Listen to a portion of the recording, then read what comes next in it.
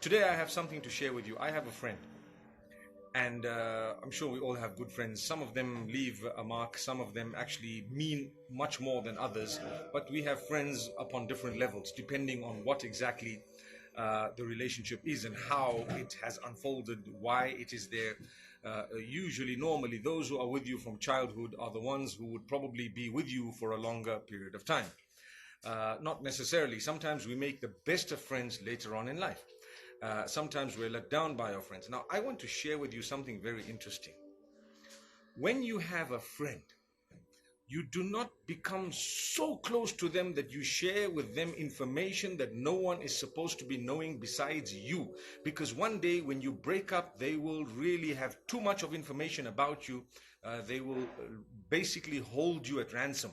You need to know this. So therefore, it is a narration of the Prophet ﷺ. Some of the scholars say it may have stopped at the Sahaba, at the Sahabi. Some take it right to Muhammad ﷺ. But however, it is brilliant advice. Stating that when you love someone, love them in moderation, which means you need to know the limits. You know, one day you may not be friends again. One day they may be your enemy. And the same applies when you dislike someone. You make sure that you dislike them in moderation. Don't do things that will create such a big embarrassment that the day you become friends, which is very possible for the Almighty, you will be embarrassed about what you did to them, or you will have hurt them a little bit much. So that's my piece of advice for today. And inshallah, I will be sharing more advice later on today. Let's speak about this a little bit. So I have a friend, mashallah, very close. They've helped me, maybe, this is just an example. They've helped me financially. They might have helped me get a place in school. They might have helped me during my school days, in my business, with my family. They might have helped me in so many different ways. Does it mean that I must lower my guard, tell them every detail about my life, where I've sinned, how I've sinned? Remember, my brothers and sisters, when you share your sins with others, it's actually another sin.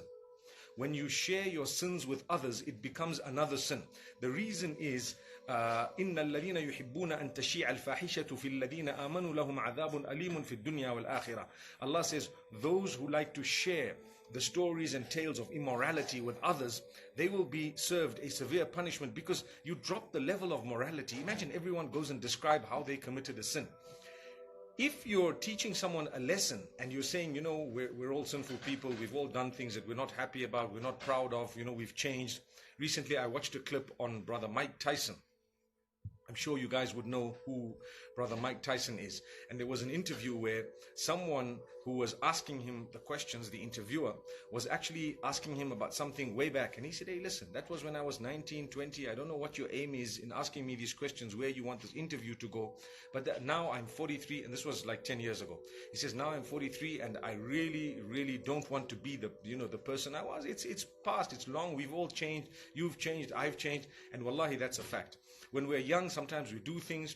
As you grow older, you mature, you become a better person, you become more tolerant, you have your own children, you become a patient person. And may Allah bless those who don't have children with children. Ameen. So basically what would happen is we would all change. We all have changed over time. It's not good enough for someone to keep harping about your past, about something you might have done when you were 15, 18, 19, 25, 28, and go all the way back. When your life has changed, you've contributed to humanity, everything has changed. You've contributed in a positive way to society, to your family. You've become a beautiful person. The people around you actually love you as you are today, not as you were before. Don't let your past bog you down. But we should never bog people down based on their past. What that means is, don't hold a person's past way back against them. If it is fresh and they have not changed their ways and habits, by all means, you may want to say this was the case since you were young. You have not changed. But if you see a change, if you witness a person having changed, having really developed themselves, you need to learn from what brother Mike Tyson said the other day. Sorry, it was an interview that I watched the other day, but the statement was 10 years back. Words of wisdom, honestly. And I've seen when we were young, he was the hero. Well, not to say he's much older than I am, but at the same time, he was. I've seen some of his fights. He was a champion, a person I've never ever seen to this day. I've never ever seen boxers who would actually catch my attention, so fiery and so fired up. and the attack was so unique when it comes to Mike Tyson. He's the guy who's saying, hey, that was me a long time back. Stop asking me about and bringing up things that were a long time back. Now let's go back to what we were saying.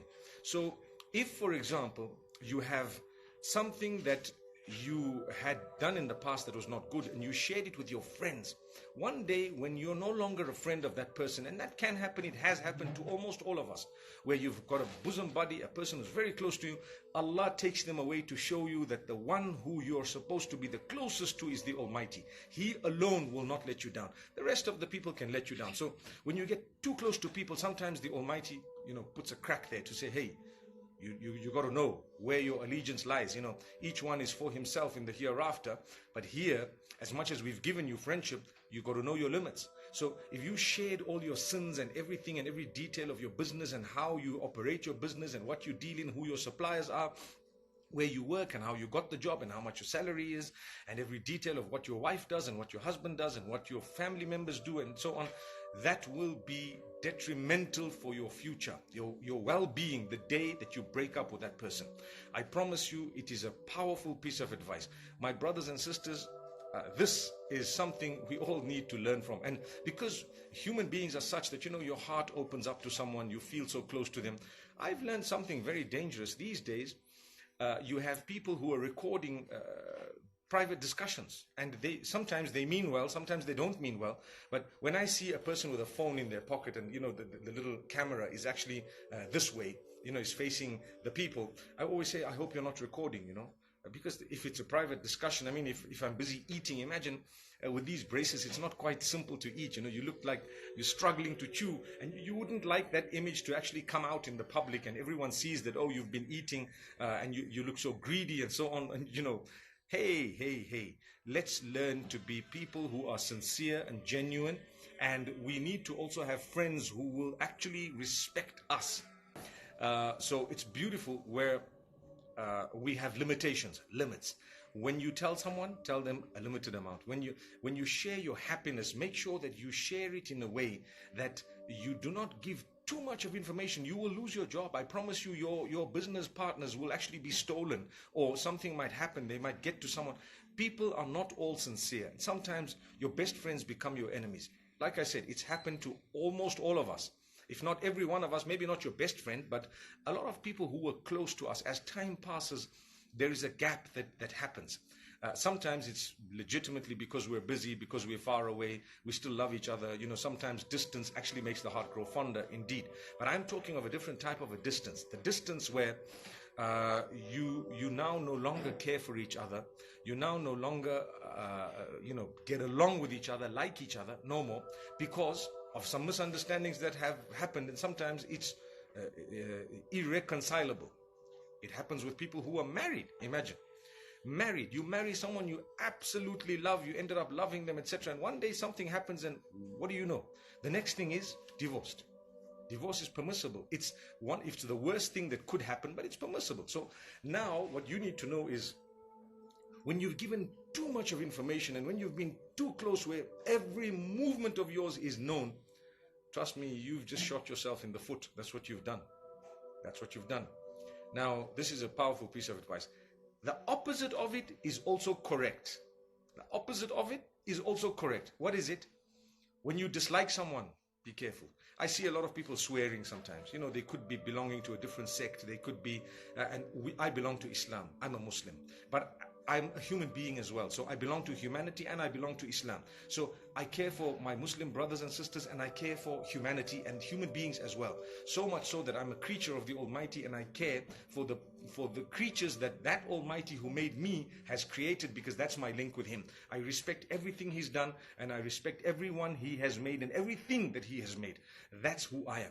But now you find some people who don't understand. So they decide, because I think this way, because I belong to this particular religion, this particular sect, etc., etc., then I've got to say these hurtful, nasty words, and I've got to be derogatory. As soon as I see someone with a beard, for example, I've got to start calling him a terrorist. As soon as I see someone with a niqab or a hijab, I've got to call them a derogatory term.